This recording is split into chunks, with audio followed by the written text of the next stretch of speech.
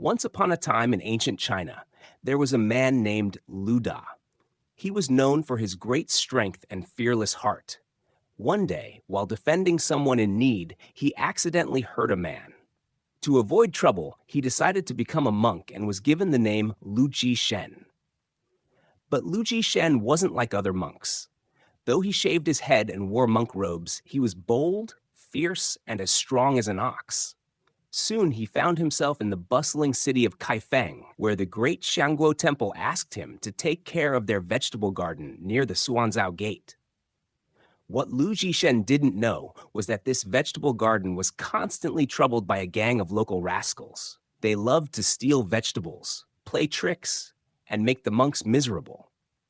The gang was led by two notorious troublemakers, Rat Zhang and Snake Li. When they heard about the new monk in charge, they grinned slyly. "Let's teach this monk a lesson," said Rat Zhang. "He'll regret ever stepping foot in our garden." The next day, the gang arrived at the garden with fake smiles and fake gifts.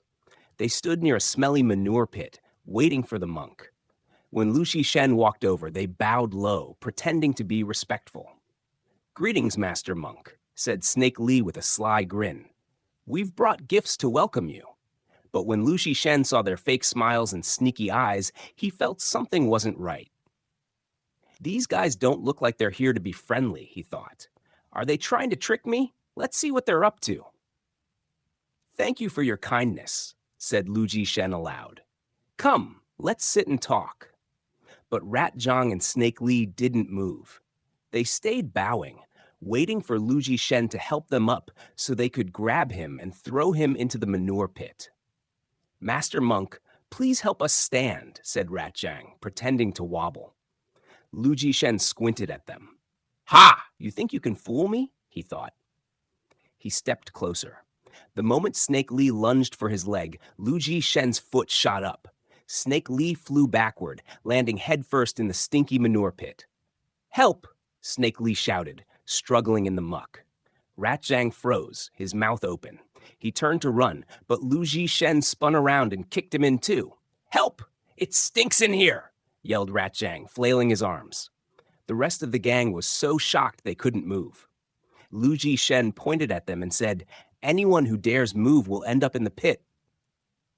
Snake Li and Rat Zhang finally managed to climb out, covered in sticky manure. Their hair was tangled with worms, and they smelled worse than rotten fish. "Master Monk, forgive us," they cried, bowing low. Lu Zhishen laughed so hard his stomach hurt. "You smell worse than this pit. Go wash in the pond, then come back and apologize properly." After they cleaned up, Snake Li and Rat Zhang knelt before Lu Zhishen and admitted, "We've been stealing vegetables and causing trouble. We won't do it again. From now on, we'll serve you faithfully." "Good," said Lu Zhishen, crossing his arms. "Remember, I'm not someone you can mess with. Now get out of my sight." The next day, the gang decided to make peace with Lu Zhishen. They brought wine, food, and even a whole pig to the garden.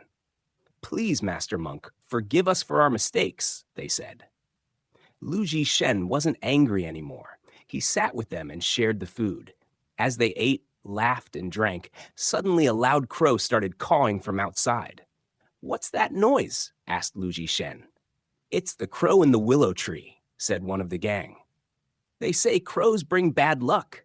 "Bad luck? What nonsense," said Lu Zhishen, standing up. "Show me this crow."